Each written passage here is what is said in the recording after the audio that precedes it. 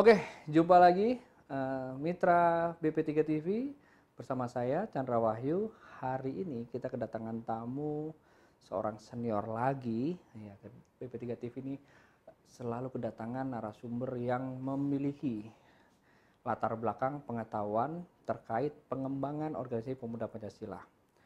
Hari ini kita kedatangan tamu yang bernama Bang Marwan Lintang. Selamat datang Bang Marwan Lintang.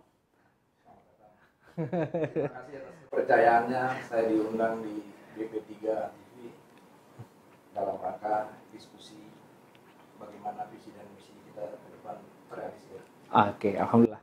Baik Bang Marwan Lintang, hari ini kita memiliki tema adalah kader champion pemuda Pancasila siap mengawal dan menjaga kekayaan negara Republik Indonesia di BUMN, konkretnya sebagai direksi atau Dewan Pengawas Dewan Komisaris. Ini temanya menarik banget nih Bang nih. Bisa dijelaskan nggak sih Bang latar belakang dari tema kita hari ini? Silakan Bang Marwan. Latar belakang yang nomor satu adalah saya menganggap bahwa Badan Pengusaha Pemuda Pancasila mampu menciptakan 30-50 kader yang akan kita tempatkan di BUMN. Oke. Itu nomor satu. Jadi Badan Pengusaha Pemuda Pancasila itu adalah pabrik. Oke. Pabrik. Maka kita harus bikin pabrik kader champion. Ini kader champion ya, bukan istilahnya menurut adik-adik saat kan ada kader kaleng-kaleng. Kader kaleng. Iya, kader champion. Kita turunkan ke BUMN jadi komisaris atau direksi dengan pertimbangan sebagai berikut. Saya buka datanya ya. Oke, silakan Bang. Waktu zaman Ibu Rini Sumarno menjadi Menko BUMN, beliau menyatakan bahwa 13 BUMN merugi. Ruginya sekitar 5,2 triliun. Selanjutnya Pak Erick Thohir akan mengurangi jumlah BUMN dari 141 menjadi 42 perusahaan. Ini yang terbaru dari CNN 3 Maret. Jumlah dan anak cucu perusahaan yang semula 800 akan dipangkas menjadi 70.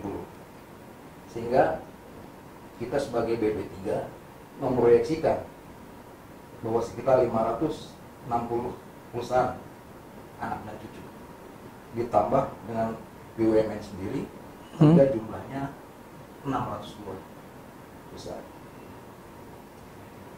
Dari 602 perusahaan itu memerlukan direksi dan dewan pengawas serta komisaris sebanyak sekitar 3.010 sampai dengan 4.800-an. Asumsinya 5 orang sampai 8 orang di setiap satu perusahaan ditempati oleh direksi plus dewan pengawas dan atau komisaris. Nah, bagaimana dengan posisi kader-kader champion pemuda Pancasila? Badan Pengusaha Pemuda Pancasila kan sudah terbiasa mengelola perusahaan, sehingga ini sangat mudah. Tinggal kita menaikkan size-nya saja. Misalnya kita biasa pegang perusahaan yang sales 1 triliun, di BUMN mungkin ada yang 10 sampai 20 triliun. Nah, untuk itu kan kita latih itu. Ya, jadi konkretnya dalam 8 BP3 punya cerita ini, kader champion pemuda Pancasila siap mengawal dan menjaga kekayaan negara Republik Indonesia di BUMN. Konkretnya sebagai direksi dan atau dewan komisaris. Karena pemuda Pancasila juga pernah dipercaya oleh Kemenhan ikut program bela negara. Ini juga bela negara. Mengawal kekayaan adalah mengawal aset dari Sabang sampai Merauke. Timbul pertanyaan, basic ilmu apa yang harus dipunyai?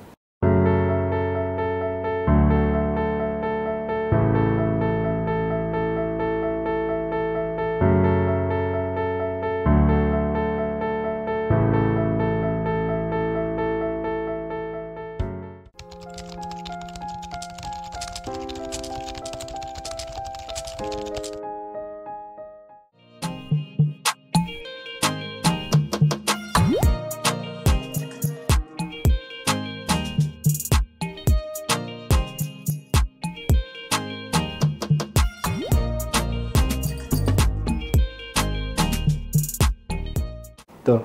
Nah, sudah tentu masing-masing perusahaan yang ada di BUMN itu core bisnisnya beda-beda, ya kan? Makanya kader-kader yang akan kita rekrut itu juga beda-beda dalam penempatan. Jangan sampai nanti misalnya sarjana olahraga ditempatkan di bisnis farmasi. Sebagai contoh ya. Jadi kita tentatif keahlian yang dipunyai oleh kader champion yang akan dikelola oleh Badan Pengusaha Pemuda Pancasila ini adalah S1, S2, S3. Minimum IP-nya 3,5.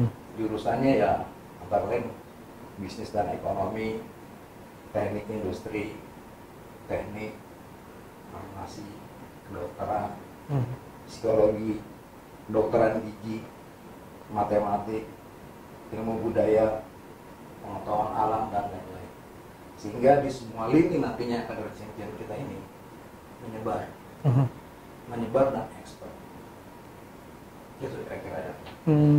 Oke. Menarik sekali ya. Karena memang kenapa kita harus mengawal kekayaan kita? Memang negara kita ini kan terkenal sangat kaya sekali nih Bang Marwan. Baik dari darat, baik dari laut, kekayaannya itu sampai kalau menurut waktu saya wawancara sama Mas Archan pada saat kesempatan yang lalu ya, saya lihat wawancara BP3 dengan Mas Archan itu, dia sempat menyebutkan bahwa sebuah perusahaan yang disebut namanya VOC sampai hari ini itu hanya menjual rempah-rempah dari Indonesia dan dia mampu bertahan. Jadi artinya kan sebenarnya negara kita ini sangat kaya sekali. Nah, disitulah peranan badan usaha milik negara ya atau BUMN untuk dapat mengelola kan begitu. Nah, sekarang tinggal bagaimana mengintegrasikan Badan Pengusaha Pemuda Pancasila menyiapkan kader-kadernya untuk dapat ikut mengawal, begitu ya? Setuju sekali. Ya. Betul. Dan saya yakin Badan Pengusaha Pemuda Pancasila mampu mengawal, mengoperate perusahaan-perusahaan yang kelasnya besar juga. Tidak ada masalah. Karena beberapa basic yang diperlukan hanya untuk kelas direksi dan komisaris itu mengerti masalah financial perspektif, mengerti customer perspektif, mengerti internal proses bisnis dan learning growth. Itu aja. Itu nanti akan kita latih. Dan saya yakin sebagian besar teman-teman di Badan Pengusaha Pemuda Pancasila sudah mengalami pasang surut bisnis, jatuh bangun, dan eksis kembali.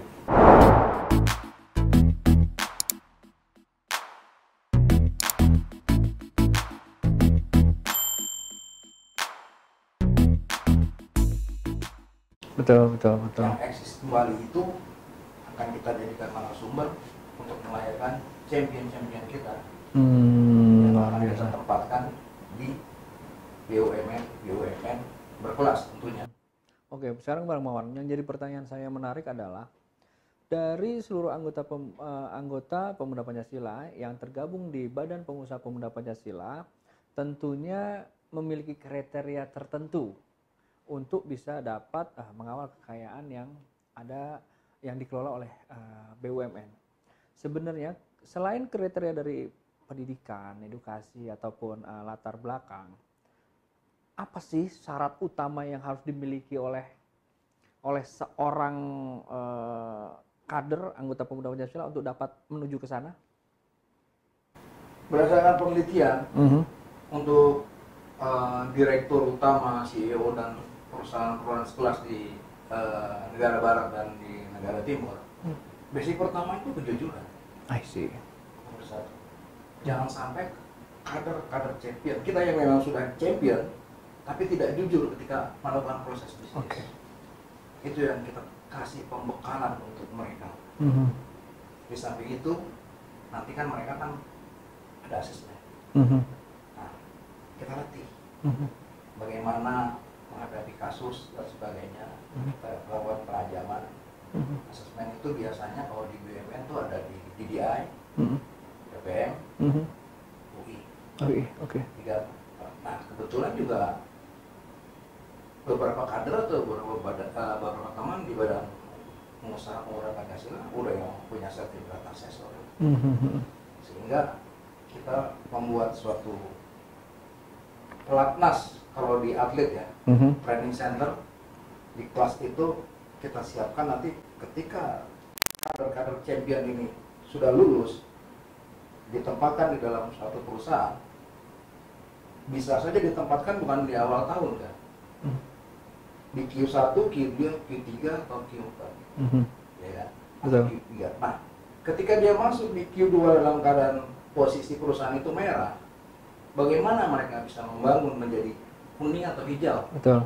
atau memperkecil cost? Betul. Itulah yang maksud saya champion dalam arti kata makro. Ya, ya, ya, ya.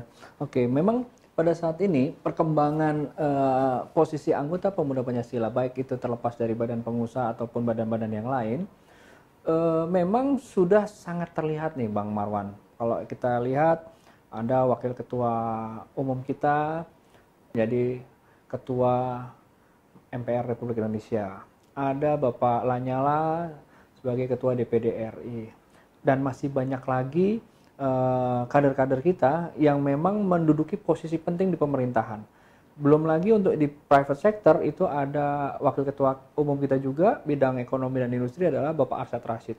Dia sebagai chairman di Indika Foundation dan juga Indika Energi. Jadi artinya kita bisa membuat sebuah pelatnas tapi khusus pengusaha gitu ya maksudnya ya. Ya. Dari berdasarkan pengalaman-pengalaman mereka untuk mendidik para kader-kader kita untuk bisa menuju mengawal kekayaan Indonesia begitu. Betul. Dan champion bukan hanya kelas pencari nafkah biasa. I see. Dengan gaji 100 juta misalnya pencari nafkah biasa, bukan. Bukan, Dia ya. bisa membuat perusahaan itu tumbuh, tumbuh yang berapa persen? Kalau Ya. champion itu tumbuhnya 30%. Oke. Jadi kelasnya itu kelas 30%. I see. Ya. Kalau dia nggak bisa tumbuhkan 30%, ya dia mengurangi cost 10%. Artinya kan ketika perusahaan itu overhead-nya turun 10% kan menjadi EAT kan Oke. di bawahnya. Oke, nah sekarang yang kita perlu nih para mitra BP3 TV, kita tanya opininya lebih dalam.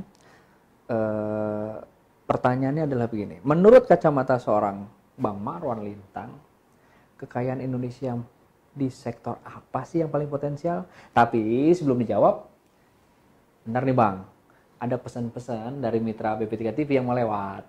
Oke, kita saksikan dulu sebentar.